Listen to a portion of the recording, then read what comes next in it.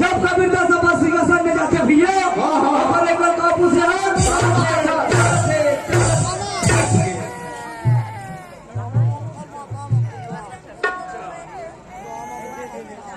ये रमेश कैसे भैया तो कबीरदास के काहे कबीरदास के चोखा वाली काय जान था जी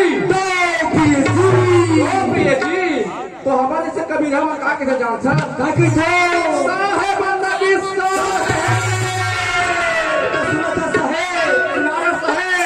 सब सुनावो एक भजन के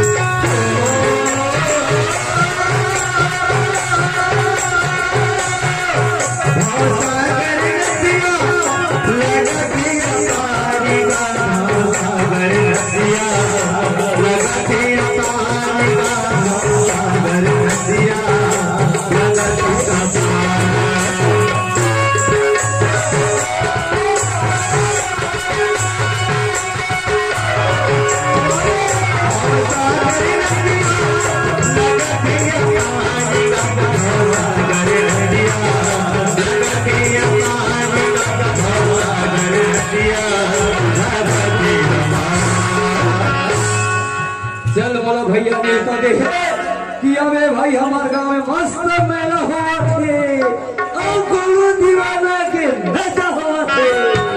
चल भैया के गांव में जाके देखना चाहिए।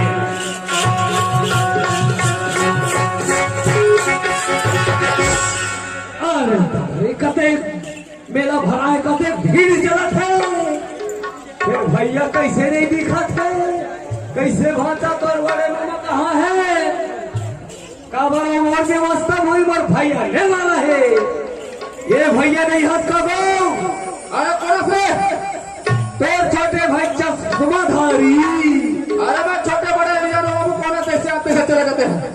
छोटे बड़े नहीं जाना जैसे आते से भाई का बड़ा है, का काम बड़ा है, कोई जरूरी काम हो ही, कोई अर्जेंसी काम हुई, कम से कम कबाड़ ला खोल के निकल गए देख। अरे वो का दरवाजा खोले का टाइम नहीं है बाबू। अरे तो नरेंद्र मोदी को पार हो गए तो हाँ वो टाइम नहीं मिला थे। अरे भाई कोई अर्जेंसी काम हो ही, एकदम खास काम हुई, कम से कम कबाड़ ला खोल के निकल के देख। अरे तो तेरा जब आपका बताया होता होता कि आदमी समझ नहीं आते। चल ठीक है, कौन आदमी मैं दरवाजा खोल के देखा हूँ, बहुत देर होगा चिल्ला पटर पटर। उसके आगे दरवाजा कर ले। बिल्कुल हर जगह खोल। घर का पाटे ना दक्षिण हमरा चाक ने खुला। अरे रमेश पापरा थो भैया खुशी रहा भाई, खुशी रहा। आधे इमरजेंसी का काम है बाबू, अतक चिल्ला था। अब भाई ते हाँ फोन लगा रहे साबे भाई हमारे गांव मेला हो थे कि हमें सुने बहुत दिन हो गए ऐसे तो जाए नहीं मिला रही से। मैं के हो एक काम तू कर। हाँ मेला भी घूम हूँ भैया समय पे घूम हूँ ऐसे की काय हो भैया। अरे अच्छा करे बाबू, आए तो बढ़िया करे, मस्त है आए तो बड़े बिना घूम जाते हैं। सुना चल भैया पहली आओ ते घर मस्त आनंद ही आनंद लगे। अच्छा आवाज और देख तो सुनना सुनना लगते लोग कमर कहा गया थी। अच्छा लड़का मन के बाद ना पूछे रमेश। हाँ लड़का मन तीनों झंडा स्कूल के है रमेश। अच्छा तीनों लड़का स्कूल के ही। हाँ रमेश। अच्छा बात है भैया, पढ़ाना लिखाना एकदम जरूरी है। कमर हमार लड़का मन होशियार होगी तो हमार गांव बस्ती के लड़का मन होशियार होगी। एक से भी पढ़ाना लिखाना एकदम जरूरी है। वो तो ठीक है भैया। और पहले आप देखा घरला मस्त साफ सुथरा लगे। आवाज आप देखो तो वहाँ मेरे कचरा कूड़ा है, यह मेरे कूड़ा है, यह मेरे कूड़ा है। ये रमेश एक हाथ खवैया 5 हाथ खाले बाबू। अच्छा लेकिन कचरा नाते नाते बता दे ऐसे कचरा में क्या बात है जी? अरे कचरा वैसे बहुत गुड बात है रमेश। अच्छा हाँ देख कचरा बार दुकान लेवे मत करवे। तो ऐसे कचरा में क्या बात है भैया?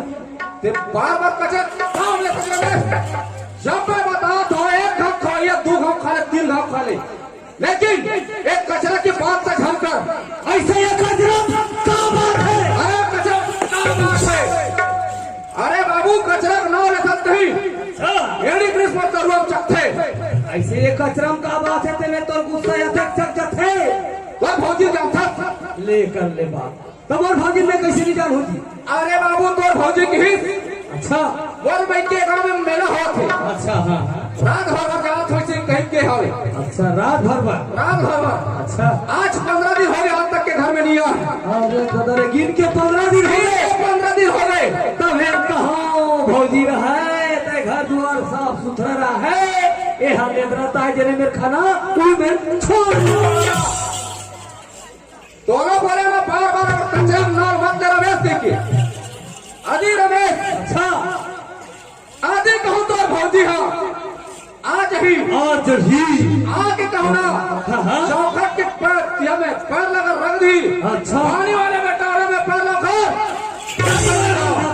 हाँ नहीं पतिया नहीं पतिया वहाँ मेहा अरे देख ले पानी वाले बेटा में देख ले वो 6 महीने का था जवाब का है। आज ये 15 दिन हो गए हवे अब खाली धंधा गाड़ी दे देखा लिखा जावा। हाँ बाबिया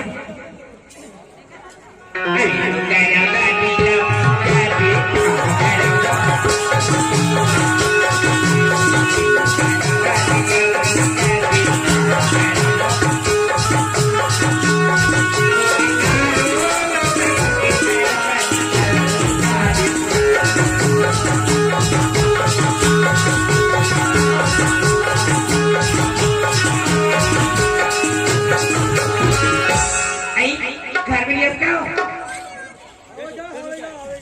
एक ठन बीमारी लाए अब फिरेगा और कते में ले दूसरी बीमारी आ छपा। नारी बीमारी है, नारी बीमारी कथे है इसने ला। एक का पार खोल दो। अरे कौन आदमी आते हैं जैसे आते हैं जैसे आते से चले जाओ डालो जा ले गुस्सा से नहीं खोला का चिल्ला चिल्ला टोटा भाई के बहनी मार हमरा सुनता नहीं हो कब के निकले घर के ना भले टोटा भाई के लेकिन मैं नहीं बैठा ऐ नहीं खोला सो अरे कौन आदमी ऐसा बहुत का टाइम है दरवाजा खोले के ऐ क्या गुस्सा दिखाओ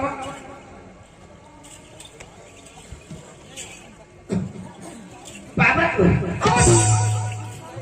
15 दिन में अभी आप खड़ा हो जाता कहां पर ससुरे तय हम जैसे यहाँ तैसे तो ताई घर चले जाओ तय हमारे घर में से पाँव मत रखते हैं ऐ सब बड़े बड़े हो जैसे यहाँ तैसे मोर घर चले जाओ अभी आप खड़ा होता पुस्तक बने बने के क्या चल निकल तुरंत निकल मोर घर से चले जाओ बैठा पूरी बोलना सोती नहीं अवसर दो पूरी पूरी बात का नाम मतलब बता दो कते बात का नाम हो चल जा और हर बाइल मारे छोड़ दे भाई मारा थे जैसे आज चले जाओ बहुत सामने तो सकल मत देखा मैं बता दे नहीं कहीं मंदर केस का हो मनमोहन नाम मतलब बता दे मेरी दरवा नहीं हाथ दिलाना में हो मनमोहन नाम ससुरे तोरा सर मार खाता तुम्हारा सर हाय रे मूसा हरता है नहीं तू सर जैसे आते से चले जाओ चले जाओ तो अपनी कर में चले जाओ मारा दिशा का कोनो दे बंद लगा ले मारे पर ऐसे और ना सोती देखे नहीं असरे नहीं काबर में कुछ आ जाओ ऐ जाऊं का कुछ आ नहीं जाओ अपन लड़का था किरी जाओ तेरा बेटी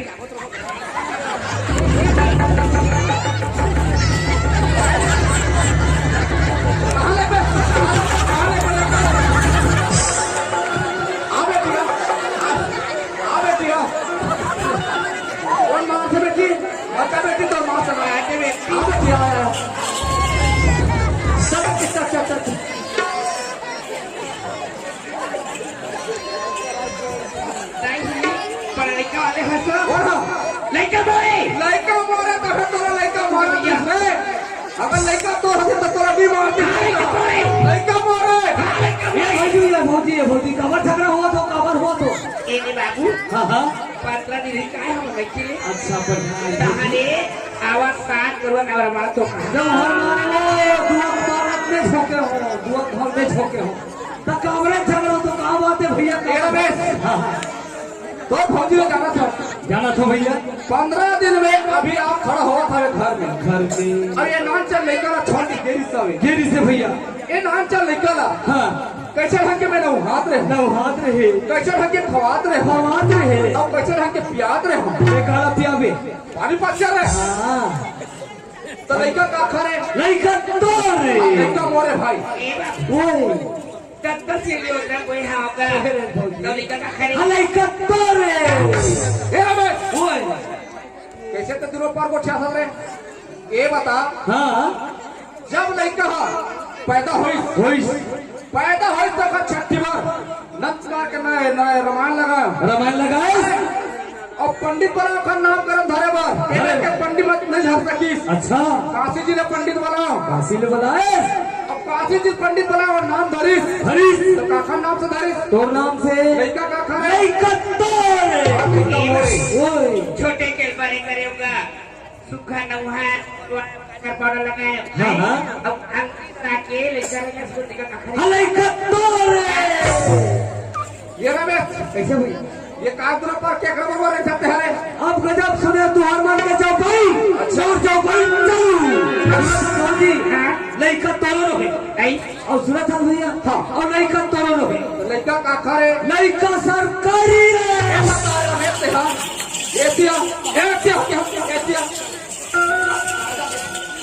ये बता नहीं कैसे लेकर सरकारी हुई बता रहे कैसा सरकारी हुई बता अभी लड़का कहाँ है लड़का हाँ हाँ अभी स्कूल के स्कूल में है हाँ तो स्कूल तो प्राइवेट है धन सरकारी है अरे वो तो सरकारी है वो कर से लड़का सरकारी है अच्छा 9 बजे से लड़का तैयार कर था 10 बजे स्कूल लगते 10 बजे से 4 बजे कहाँ रहते स्कूल में काखर संग रहते मास्टर सर तो मास्टर तो प्राइवेट है धन सरकारी है सरकारी है वो कर से लड़का सरकारी 12 बजे तो में है तब तोर प्राइवेट हो ही कि ओकरे बार झगड़ा हो तो वाह हगा झगड़ा बराबर तो एक नंबर जान था रमेश। बिल्कुल भैया। सुना था रमेश। हाँ हाँ तोर भौजी ना हाँ तोर भौजी बता दे ऐसा अगर चाहे अपन मायके भाग तिहार बार चाहे मेला बड़े बार हो हाँ हाँ तो अते दिले मत रही बता दे। बिल्कुल भैया। मेरे बाबू सही टाइम पे आके हवा बिल्कुल हवा जी। चाय पानी पीता चल हाँ। है ना ले चलो ले चलो।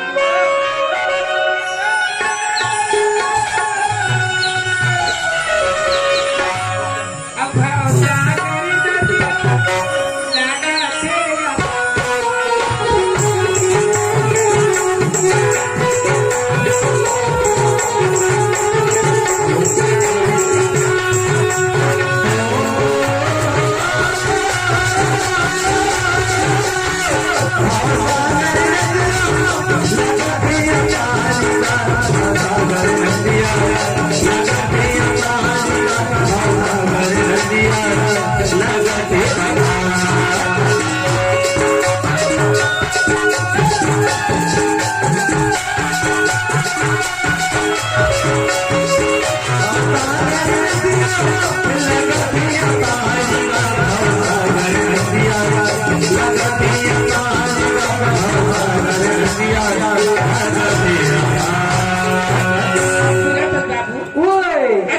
समुंदर भरी हवेगा। हाँ भौजी। अब कटकल है दिवथी एकदम लगा देवती। अब तुला एक पाले ओ पाना जरूरी हो एकदम जरूरी है है ना।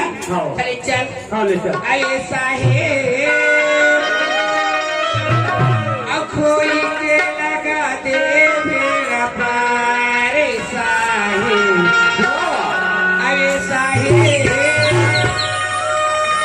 अब खोई के लगा दे मेरा पार ऐसा है सागरी नदिया लगा तेरा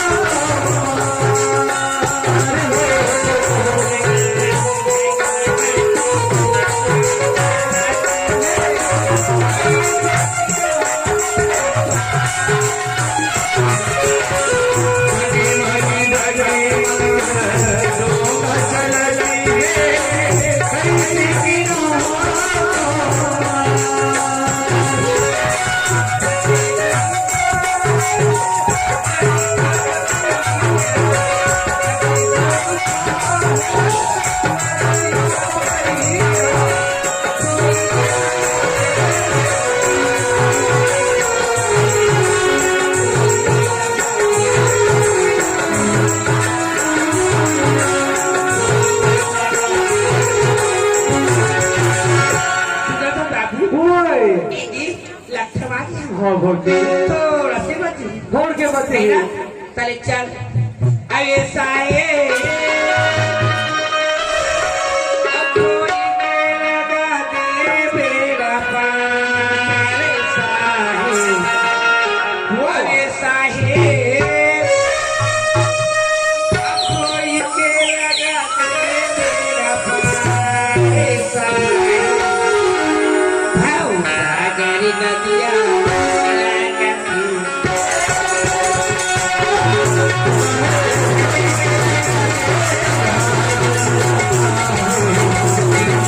हाँ